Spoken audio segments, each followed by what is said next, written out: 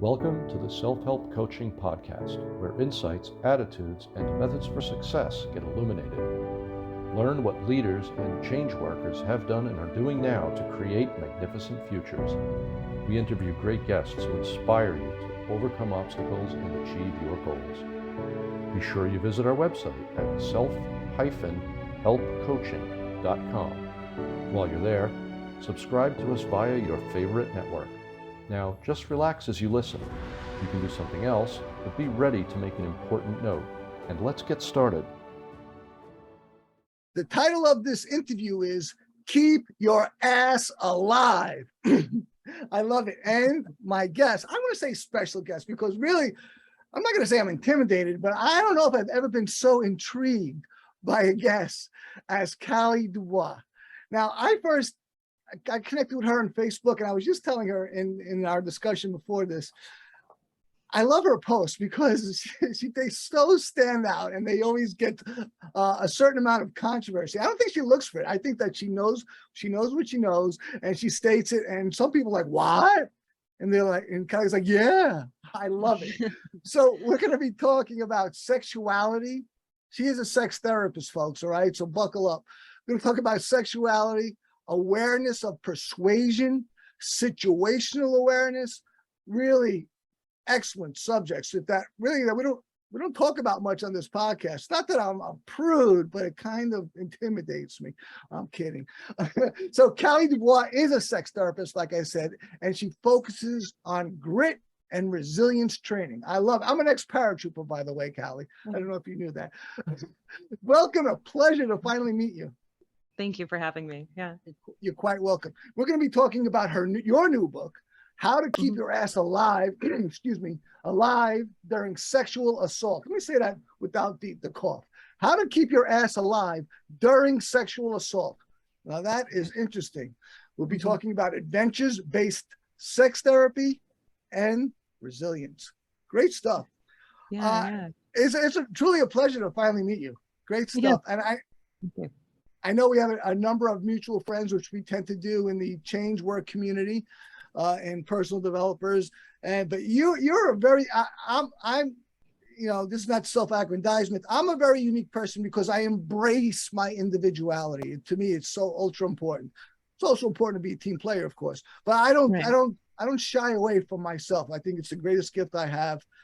And not in a narcissistic way. I mean, this is what God gave me to say. I say that in the most non-religious way possible. And it's my job, it's my end to make the most of it. I think you do the same thing. Right. And the key thing is, if you have a driver that makes you wake up every morning and throw on your shoes and have that level of excitement, that's living. We're going to be dead a lot longer than alive. Being in a 9-to-5 and cultural rut is what kills us slowly. But we all end up with heart attacks or some kind of, misalignment. I think the pressure of society has always been to force a person into conformity, and I think that perhaps those pressures are greater than ever before. Perhaps. I mean, listen, we're fortunate enough not to be, alive during, or in Soviet Russia or any other oppressive society, but it's getting pretty rough out there. Right. We also have deterioration of family values right now here in the western part of the United States. We call them coastal elites because of what's happening with gender identity issues, and also with dating apps being kind of prevalent with taking away family values and that shopper mentality of who's next. And that loses value for those that you're sexually intimate with, because they can just go and replace you. It doesn't matter if you're male or female. So a lot of people have these perturbations around, even getting involved anymore. So if people aren't having children, they're not having families. And then we have Roe versus Wade recently. To me, I think that we're going to actually do a different trajectory here in the next 20 years. I think things are going to go back to family values, hopefully, because we still need that kind of normal, quote unquote, normal in order to have the contrast. Because if everyone's a pervert, then what makes us all unique? I mean, really? Right, right. Well, all right. I should be in an exclusive club. This shouldn't be the mainstream. Right, And right, I right. totally concur. Family is the building blocks of society, no matter which society it is. And And it's really it's having a hard time these days, very hard time. And I remember, I'm 57. I just turned 57. I remember when the internet started promising these dating applications, and then smartphones came out and they became even more pervasive. Mhm. I checked it out after the breakup of my relationship. I didn't like it. I'm like, I thought I'd use it big time because it's so logical. Oh yeah, I'll match my value. My values will be matched with someone of the same values. But it seemed something I should avoid. That this doesn't that this had a lot more shine to it than substance. you know, Right. kind of So, scary. Go on. so let me ask you this, a little personal question. Oh no, Are you currently married? no. I'm in a monogamous relationship now, Okay. and it's pretty good. How, Yeah. what are your thoughts on monogamy? Um, as long as you don't get caught. No, I'm only kidding. No, I'm totally kidding. Don't ask, don't tell, right? No, not at all. Monogamy is a wonderful thing. It may we may not be wired for it. It may be almost impossible, uh, or at least difficult, very difficult. Especially when things are strained and incompatibility is really rearing its ugly head. Or I wouldn't say I'm kind of being facetious there, because Yeah. compatibility is necessary for a successful relationship. But that does, you're going to have problems. We have Mhm. problems, right? Mhm. And it goes back to kind of a Venn diagram where there is a centerpiece where two people connect in interest together. I think that's what really keeps a relationship alive. Monogamy, to me, is a construction of conformity, but it also is something that, when I work with couples, the monotony of the sexuality and working with them through those hard times of man, I feel like he's my sibling now. Or I've seen her naked 1,000 times. There's nothing new. I can't get aroused. Yes. Those are the common questions and concerns that I hear on a day-to-day basis for almost 20 years. So falling back in love with your partner, falling into that lust, that state, and revivifying it so that it's a propelling driver that you go home and you're excited for that person by doing mental house cleaning. I call that because it's like after 20 years or 15 years married to someone, you're going to have to revivify those original values you set with them. But to me, I think everyone should, I have a different type of philosophy. I believe that everyone should, at some point in their life, have multiple lovers they live with, and see if they can run a house of fun and excitement. And this actually goes back to the traditional tantric lineages of celebrating tantric sexuality based on a lunar cycle with different lovers. Yeah, to enhance their sexual energies and power. It's actually about power enhancement. Wow. So, but So yeah, Tantra is a you're very saying everyone more or less should should have at some point should have like a triad or 4 people or 5 people and see if they can manage it, tribal. and And you then think go that back to the cultural I norms, right? I think Then I go back to the cultural norms because well you'll have appreciation. this is your forte. You're the expert. But I've been around a bit, and I can't discount the value of my own experience. I Mhm. think that wouldn't it be highly competitive, and wouldn't there always be losers or in that situation? I think everything's a game, so of course, Okay, right? there you go. But There's the answer. there's always a key player. There's always a mastermind, right? So, but then Touche. there's also a lot of polyamorous groups who believe in very direct communication. And we've seen this on TV shows like Kamala Devi's Married and Dating, which was on Showtime for about 4 seasons. And she is in the San Diego community of polyamory. She's a pretty well-known speaker in that community. And they did it pretty good. Like they did their community and the communication necessary to have multiple lovers. They were married and they had a child, but they also had girlfriends and boyfriends, and their sexuality and gender of their sexuality was flexible. So for me, I think that everyone should have flexibility, because if we get into either or thinking, our circular logic, our double bind, if you're into hypnotherapy or those linguistic terms, is if we get into either or thinking, I'm with this person or I'm not with this person, we're going to have a gestalt that's out of order. We're going to feel weird, you know, our ecology is out of check. So we want many options, and we want to free our minds up to those options so we can actually choose the one we want to be with instead of having it given to us. And that's what marriage, I think marriage, the legal aspect of marriage should be deteriorated from society. I don't think the state should be involved. I agree. Now, you are a doctor, right? Yeah, I have a PhD. Yeah, and that's great. And you know, by the way, and I say this certainly with no derision, you know, you're a pretty woman. I say that very respectfully, professionally, and you also, when you post pictures on Facebook, I'm like, you really, whatever you got, you really bring it out. It's like you're very sexual. You know, to use the word arousing, I guess in your presence, I could use it since this is your sexual therapist. You really bring it. It's not like, wow, this woman really oozes sexuality.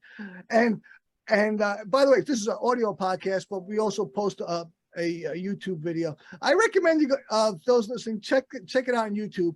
It's very interesting. You know, like I said, she's pretty and more. But when she puts the glasses on, and it's almost a cliche, she looks so much smarter. Not that you didn't look smart before. Right. I'm like, oh yeah, she has a PhD. Look at those glasses. Right. But just listening to you, you really are obviously well studied and researched and knowledgeable. I mean, I don't even know what to say. I'll just be present. Great stuff. Now, you already alluded to the sexual situation in marriage, which, you know, what one might be bored or find themselves in a stale situation. What are some common situations we find ourselves in sexually? The common situations dependent on age group and culture norms right now we have, I would say those that are in my age bracket, late 30s, early 40s, are either divorced and or thinking about divorce. You know, but the divorce rate is 1 out of 2 now, unfortunately. So disenfranchised. So what are they feeling in sex? They're feeling a sense of emptiness. The people that I've interviewed recently, emptiness. You know, they're having sex, one night stands, but yet at the end of the experience, they feel emotional disconnect.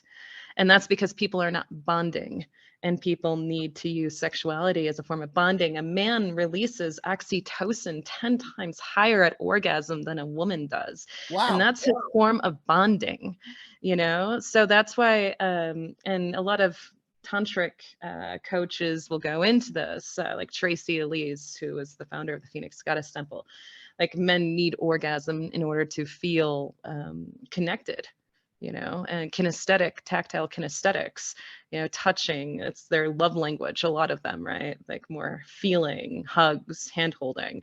When I hear about what's the most common thing in sex right now is that people have tried everything, and they can't, find anything left that's taboo to explore, because they've sat around with butt plugs and they've had BDSM experiences. They've been with mistresses and dominants, and they've lived daddy-daughter lifestyles, or they got into costume play or role play or furry lifestyle.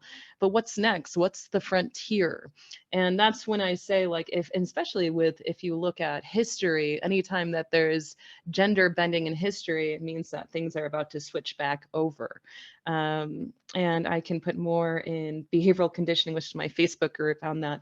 So we've had a lot of gender expression recently. And so I think personally, things are going to switch back over, like I said, to family values and monogamy real soon with the next generation coming on. Yeah, I think, I think that's going to be part of a political change too. I think that we're going in one direction. There's going to be a backlash and the resistance to it that's quite inevitable. I mean, we're living in the age of insanity. We are. Like, a client will ask me, can you give me some advice on butt plugs?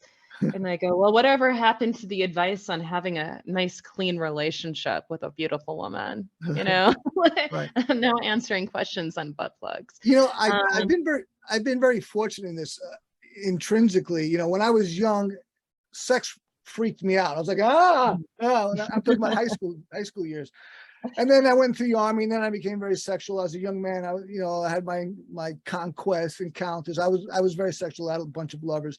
Then that kind of chilled out, and then I got into the monogamous area of my life, the era where I was having some significant monogamous relationships.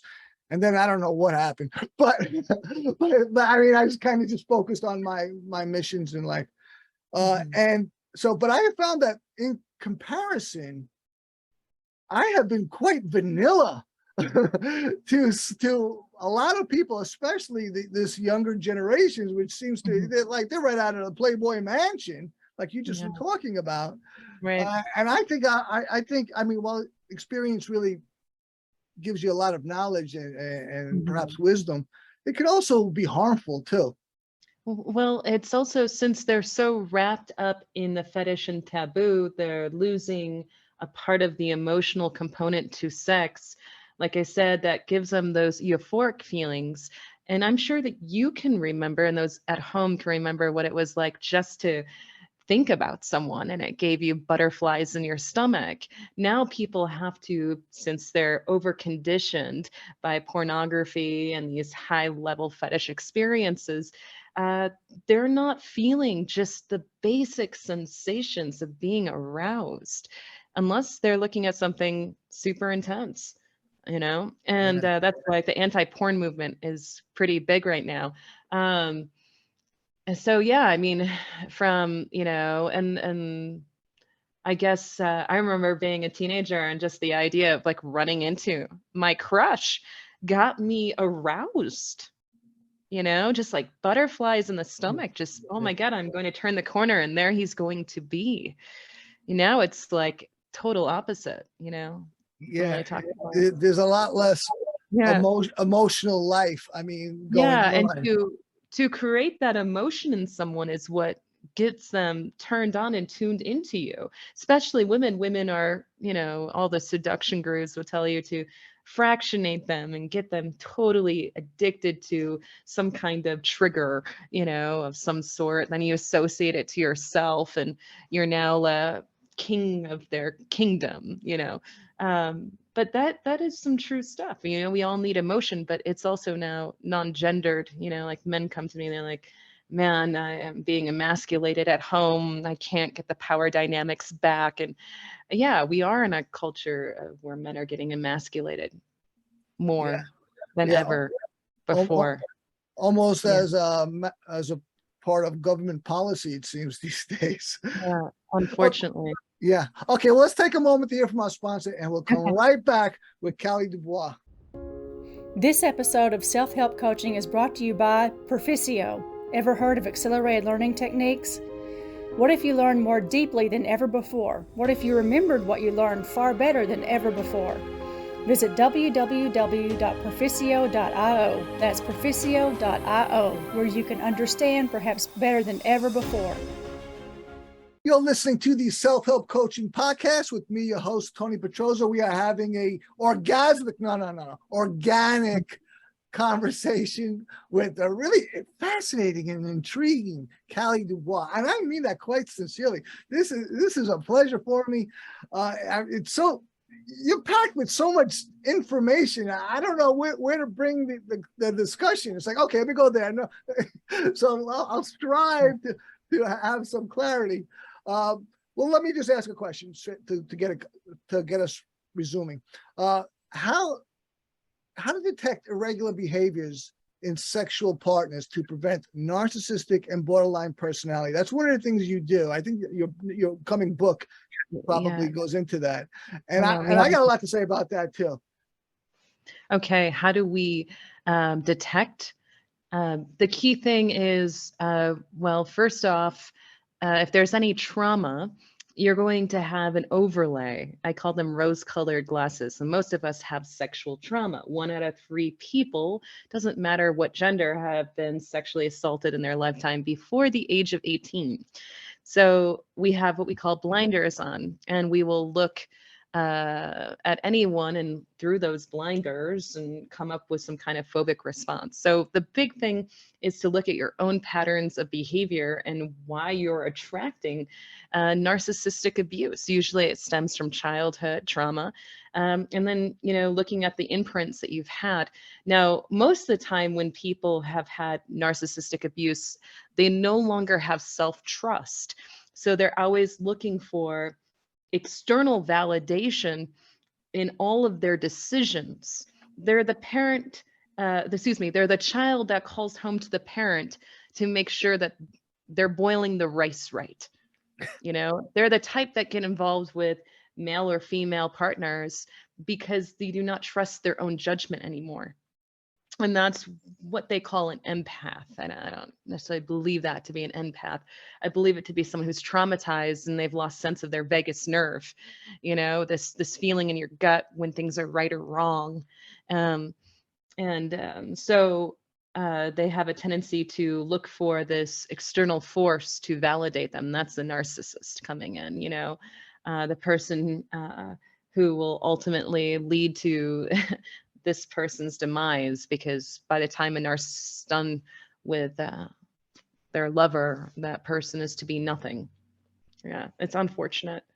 So, but that's past trauma can create blinders. Past trauma creates blinders, and you're more likely, statistically, if you've been raped once, you're more likely to get raped again. So yeah, it's about knowing that you've had trauma and working through that. So one of the things that I do as a sex therapist is I do a program called Hike to Heal, which is taking women, particular women, out into the backcountry, and we have them process out the trauma through wilderness therapy. And by the time they're done, they come back out of the woods 2 weeks later, self-reliant, because we're teaching them how to rock climb. We're teaching them leave no trace methods. We're working with them high-level NLP, hypnotherapy, behavioral, CBT, all different kinds of things. Yeah, and to get them to trust their instinct, because when you're out in the backcountry, you have to trust your instinct.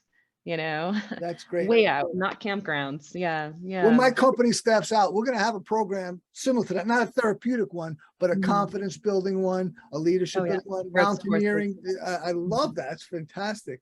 And I meant, I was really juiced to ask this question about BPD and narcissism. Over 20 years ago, I found myself in a relationship with a woman who almost certainly had BPD, borderline personality disorder. And I didn't get any answers coming from her. There were none forthcoming.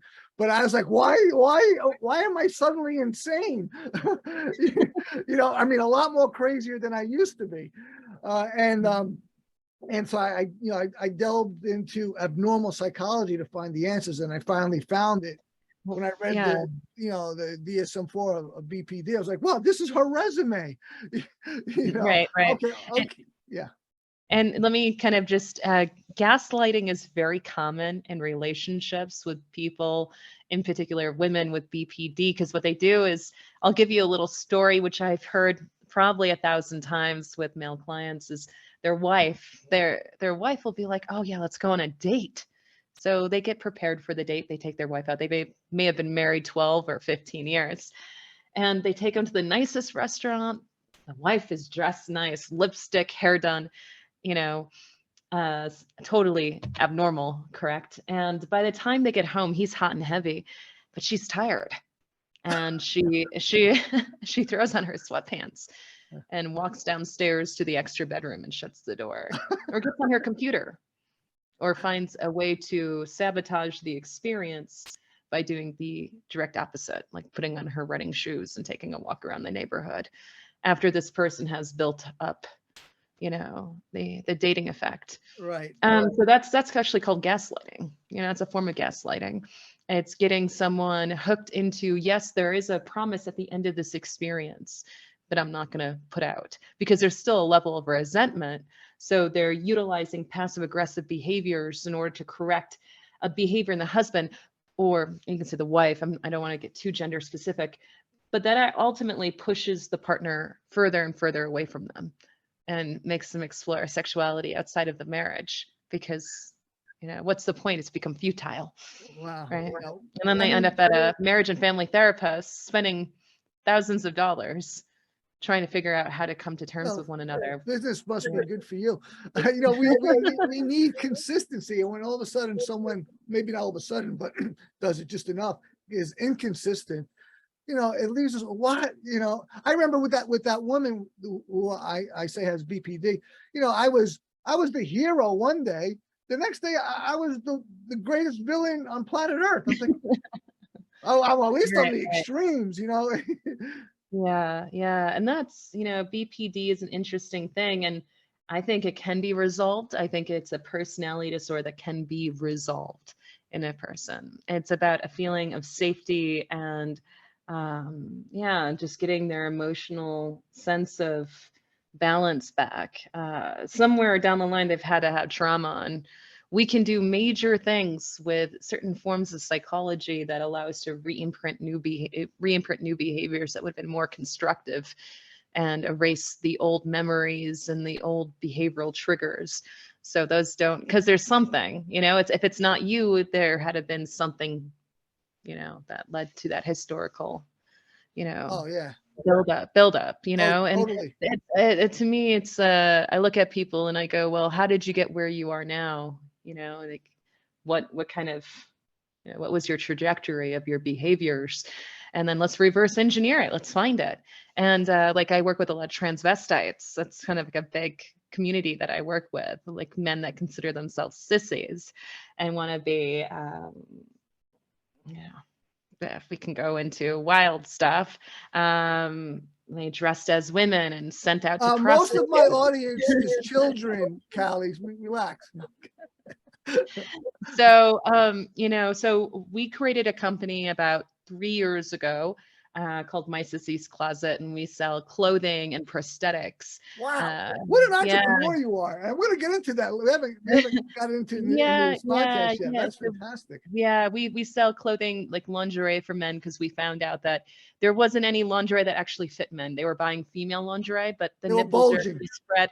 The nipples are spread a little bit differently on the chest, and it's hard to find clothing. I mean, you end up wearing like extra large panties.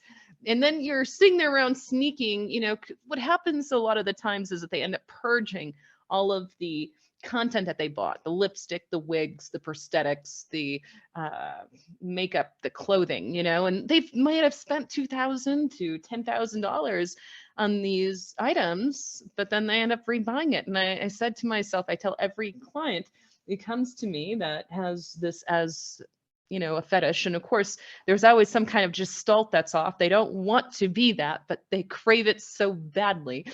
So I have to get them congruent with who they are sexually. It doesn't matter who they are, or how they define themselves. I don't care if they want to walk around, you know, with a sock on and that's their fetish. It doesn't matter. They still are a human being, and they still have the rights of being a human being and should be respected.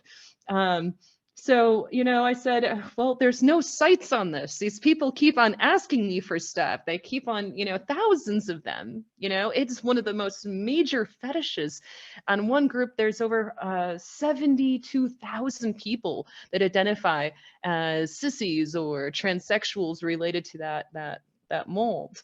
And I said, no one is serving you, and all of you have like these phobic responses about who you are. You have identity level issues, you have spiritual issues, and there's no therapist willing to take you on because they all think you're strange. I don't think you're strange. I spent years being an athlete and having low body fat that women used to come and harass me and ask me if I was a boy pretending to be a girl. So I've had gender issues myself. I was bullied during the times that I've been an extreme gymnast in my lifetime. Down to 96 pounds, 3% body fat, no breast tissue, no ass, chiseled jawline. I look like a little boy. And I've had, discrimination. And so I know what it's like to sit there and question, like gender. I came out of the closet as a bisexual at age 11. 11. And I was 11 years old. I knew that I was a homosexual way before then. I knew I was a homosexual probably at 4 years old. Wow. And most of my clients have most of their sexual perversions or fetishes or whatever, it really started before the age of 7. So during that imprinting process. Okay. Yeah.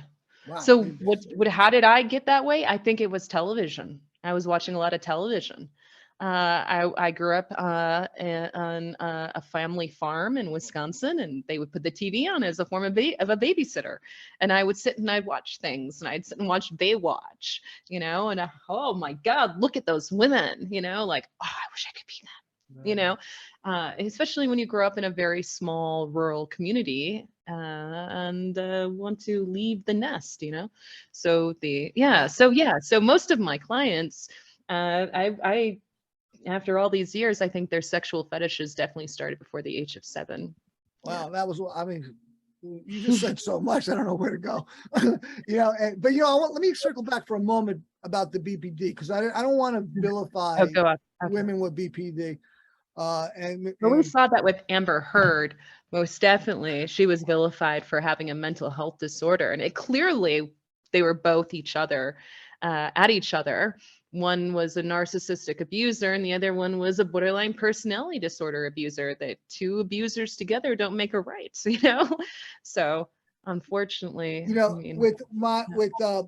contemporarily, or at least, I mentioned that experience I had with that woman long ago, and I really got a disdain. Oh, BPD, I hate them. They're zombies. And I was like, this. I got to get rid of this. This is baggage I don't need or want. And so I met a woman who told me she had BPD. It wasn't hidden. She volunteered. I'm like, Tony, this is my opportunity to grow here. All right, I can say, no way. I've been there, done that. I got the scars. So I got into a relationship with her, and it's been great. It's been great. She's nothing like that. She's not all this craziness. What's that? Yeah, you're challenging yourself. You're questioning your belief system. I'm committed to personal development, and that doesn't mean just talking about Marcus Aurelius. That means every part of my life, which includes my romantic relationships. So and matter of fact, we had broken up. We got back together, and I said, well, what do I need to do in order to make this work? And I wrote it, and she was amazed that the insight. I'm like, yeah, that's exactly a list I would have made. This is what I want to do. And we both had both our sides, of course. But I wanted to do it to develop myself, not for her. Certainly, I wanted the relationship, but for myself. Yeah. And I love that. The personal development should be selfish. Yes. I hate to say it. That should be selfish. Absolutely. Because you can't control anyone but yourself. Despite selling a lot of products that says you can control people, you really want to be able, I've dated, how I got into something very similar. Let me first kind of go into BPD. BPD is stigmatizing for a lot of people, and it's an overplayed identity statement now. And it is all pervasive. And when it becomes all pervasive, it becomes victim mentality. They can't see a way out. It is a slippery slope. So just like how split personalities were popular in the 70s with books like Sybil and things of that nature. We can look at the trends of psychology. And our current trend, because of the Amber Heard case, I would say, is BPD. And now every woman, because we have those glasses on, those frames that we're putting on every woman now has BPD. I was recently on a dating site and a guy said to me, I want to see your pictures now. They're pixelated. And I said, open your eyes. And he goes, are you bipolar? And like it's a stigma to have a mental illness. And I instantly reported him to the dating app and I blocked him because he was a fucking idiot. Excuse my French. No, yeah, we always look to compartmentalize and label. Yeah. So if we look historically at trends of psychology, like I said, split personality disorder was popular in the 70s. And then we looked at like the implanting of thoughts and ideas through the art of hypnosis in the 80s, right? Like realities created, hallucinations, false accusations, all of these things, cults and satanic False cults. memories. And now it's then NXIVM happened. Well, sex cults are always going to be popular, you know, and they're just like, oh, sex cults exist. Yes, they do exist. A good friend of mine, Tracy Elias, is considered a felon number 2. She spent time in federal prison. She's a crime boss because she operated a tantric temple in Phoenix. She's one of my closest friends. I'm going to go and visit her in Phoenix, you know, at her new compound. But she had there's good cults and then there's bad cults, of course. We're not talking about human trafficking or coercing anyone into a sex cult. These women joined at their free will. Right. But NXIVM is a totally different story. So if we look at historical trends, what I'm getting at is BPD is now a historical trend. So is narcissistic behavior. I mean, we all knew narcissism because of American Psycho, that movie where he's, you know, shaving and he's getting his tan and then he sleeps and slaughters them in the 90s. I mean, like the American Psycho, the corporate executive, right? Like all of these books by who knows what psychologists telling us this is the common traits of a psychopath. Well, are they? Or are we just filling our minds with bullshit? Right? That's really what I think we're doing. We're going, okay, well, this is in 5 different books and 5 different experts on the subject say we should look for CEOs, and most CEOs and most lawyers are going to be narcissists and movie stars. You know, come on, give me a break. Let's not generalize, right? Well, not too much. Always not too striving much. to make sense, often failing. Right. So we have to historically take it as a trend and know that it's just become the common headline for us to go, ooh, look at that headline. Let me read it here for 3 minutes while I take my shit, you know, and then get back to work. So I want people to walk away and understand that sexuality, like the expression of sexuality, is an art, right? And that if we identify psychological issues, it is going to affect our sexuality, because there's all these common myths, like the crazy woman is the best in bed, you know, like the cultural myths around sex, right? So I want to explode them and let people experience sexuality and variations, you know, and hopefully fill the gaping hole that is the spiritual need and the spiritual need. All right, let's hold that thought till we come back, because that's a big sandwich right there. So let's take a moment to hear from our sponsor, and we'll come back with the vivacious, incredible Callie Dubois. This episode of Self-Help Coaching is brought to you by Perficio. People value all sorts of things, but Benjamin Franklin teaches us that the most valuable thing we have is time. With it, we can have practically anything. Visit www.perficio.io, that's PERFICIO.io, where you can truly learn how to value time and have that instilled in you so that you can best use time to work for you. You're listening to the Self-Help Coaching Podcast with me, your host, Tony Petrozza. We're having a remarkable discussion with Callie Dubois. I am loving this. There's so much information. It's like, wow. Great stuff. We last left off at spirituality and perceived holes, or people sensing holes, there's something missing. I'm a recovered drug addict, been clean and sober well over 22 years. And, I started off, thank you, in NA and AA, which was very helpful, but that's right. Those are minefields.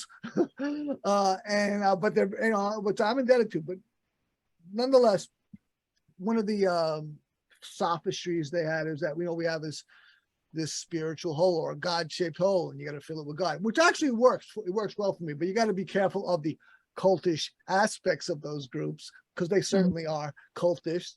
But when we think we're missing something, we have a problem. So you alluded to that several times, actually, throughout this discussion. And a spiritual element. What do you think about what's going on? I think that we are fed by the media, and it's disconnecting us from a very visceral sense of going into trance, because sex is a trance state, and creating a union with the person that respects us, and finding that level of respect that is mutual, whatever that might mean to you, so you feel comfortable, uninhibited during sexuality, to utilize that force that is sex and take the sensations and the anchored state and apply it to the rest of your life. I think that's what we're missing. And I broke it down into steps for those that are NLPers just now. Because I honestly think that sex can be a very deep driving force for success.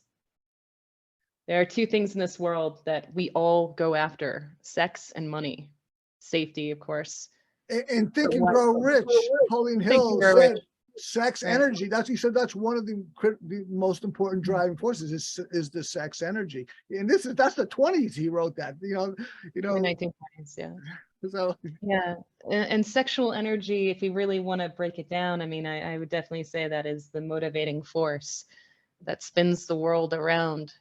And to tap into the creative nature of it, because the creativity is what's going to spawn new innovation and technology and connection of others and things of that. How do we get creative? Our creative states is what creates industry, creates some of the best businesses in the world, inspires artists, the muse, the sexual muse throughout history, inspired people like Van Gogh,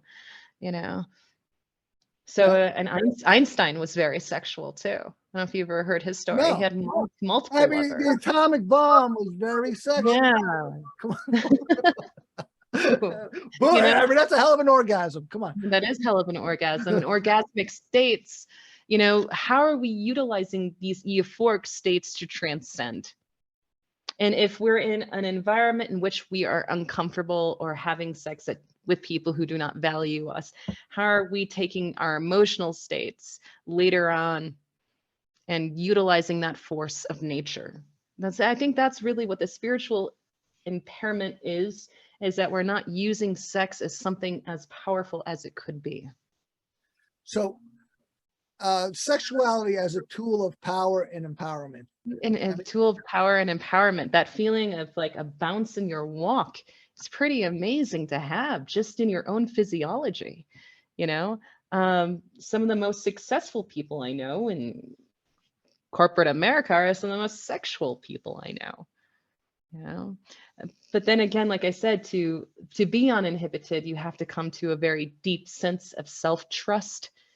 And that's when sex gets amazing, right? It's when you don't care that you have a belly or an extra wrinkle on your face, or that you're over the age of 40, that these beliefs that have been installed into our minds about sex, they don't exist because we're caught in the moment. Because sex is a very visceral, very in your face, in the trenches, type blood, sweat, and tears. Yeah. So sometimes, obviously I'm a sexual creature, surprise. But sometimes I don't want to be, I'm right. But I always come back to the fact that I am.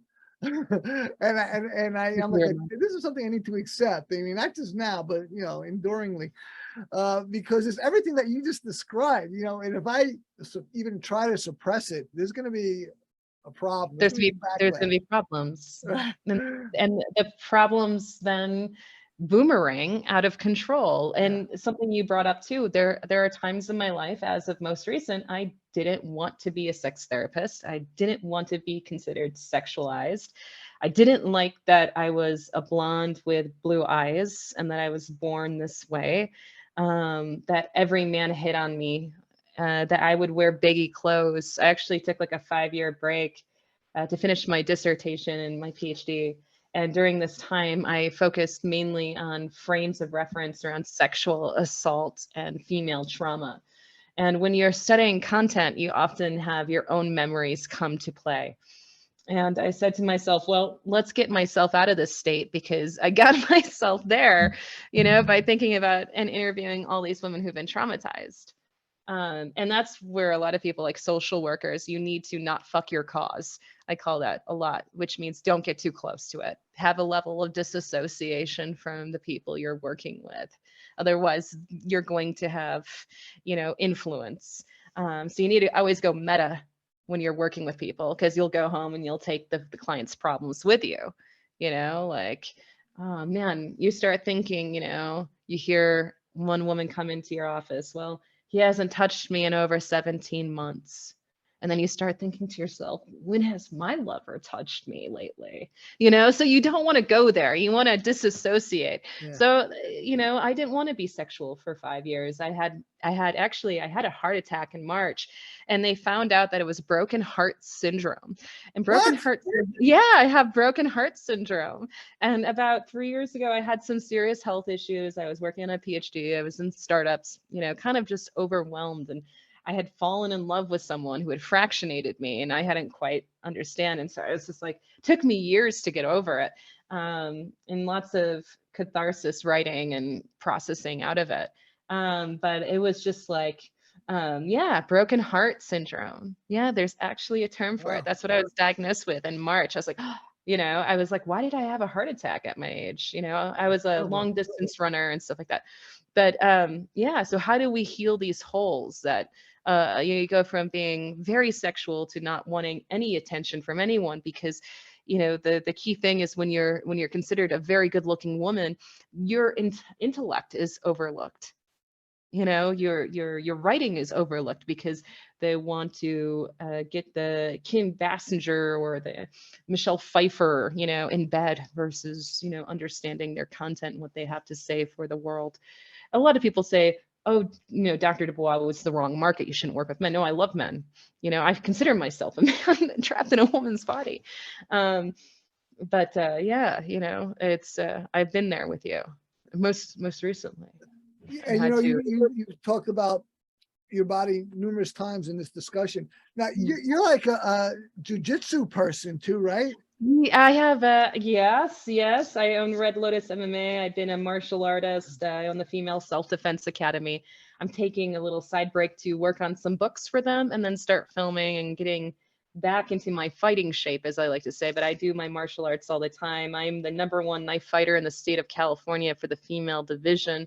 I gotta be careful, Kelly. I gotta be careful. You might become my hero. I mean, right. As an entrepreneur, as a change worker, I mean, you got the whole package. It's fantastic. I mean, you don't mess around. Yeah. That's I look at my gi today. I didn't do anything, and I looked at my gi because I just got into Utah, and I've been thinking about working with more cultures, like the Mormon culture, the Mormon religion. San Francisco, we're wide open. That's mainly where I'm at. I'm in San Francisco and LA. It's where 2 of my offices are. We're wide open sexually, but if the more closed off we get, the more interesting the people are. So I always come out to Utah. I searched it last January, and I'll be opening an office in Salt Lake. So wow.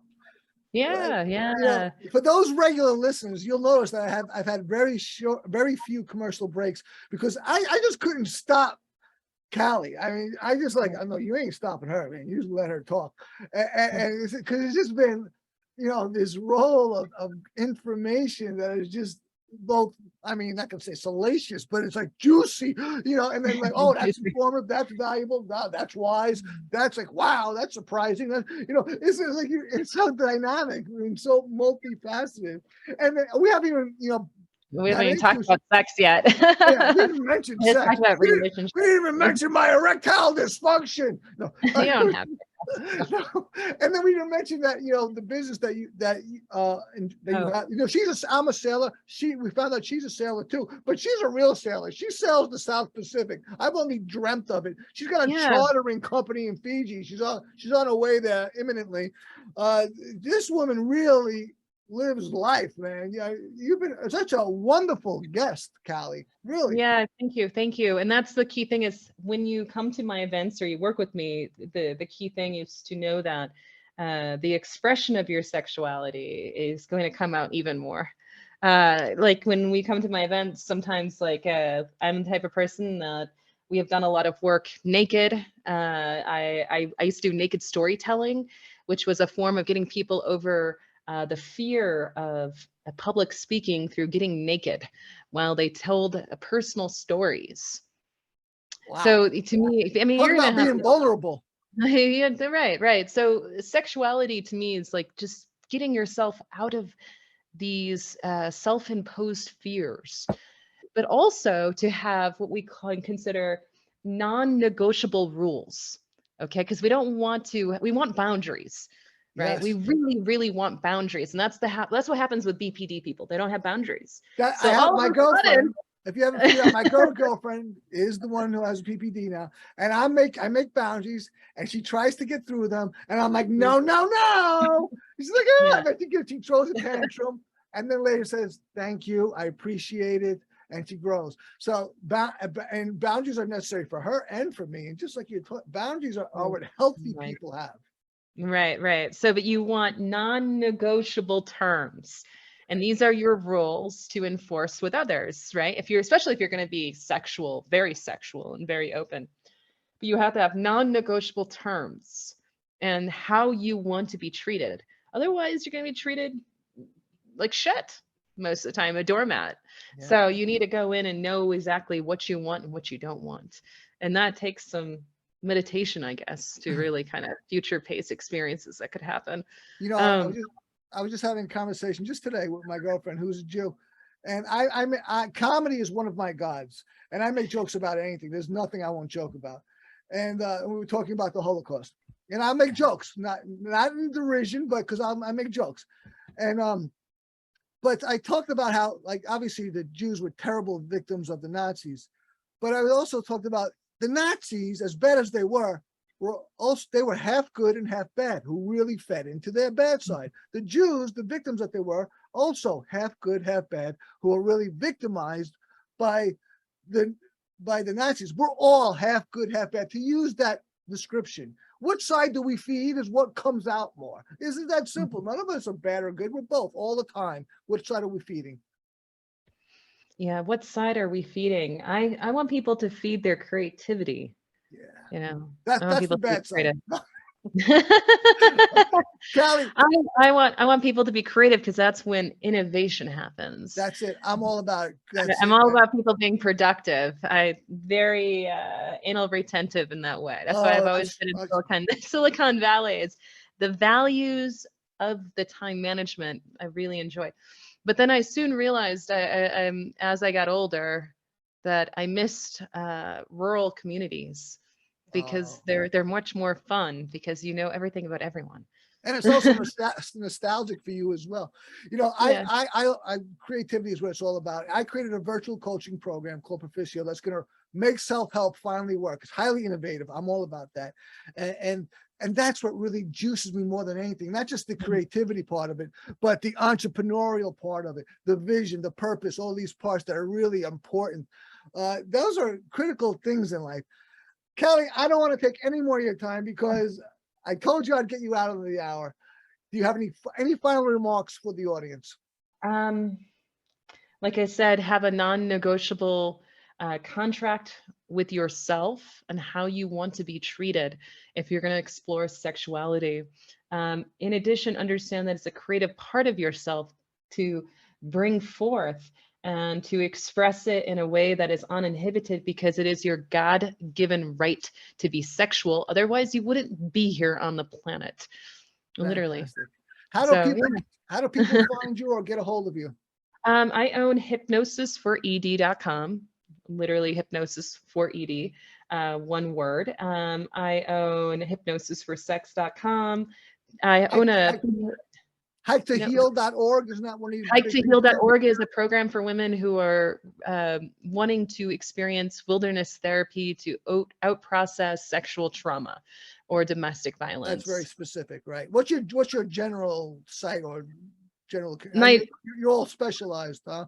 I'm very specialized. The big thing is I want people to know that there's resilience in love. You can love any time in your life and have the best sex with anyone. So it doesn't have to be one particular person, but also to, question your own sense of reality, because you can have amazing future. Absolutely.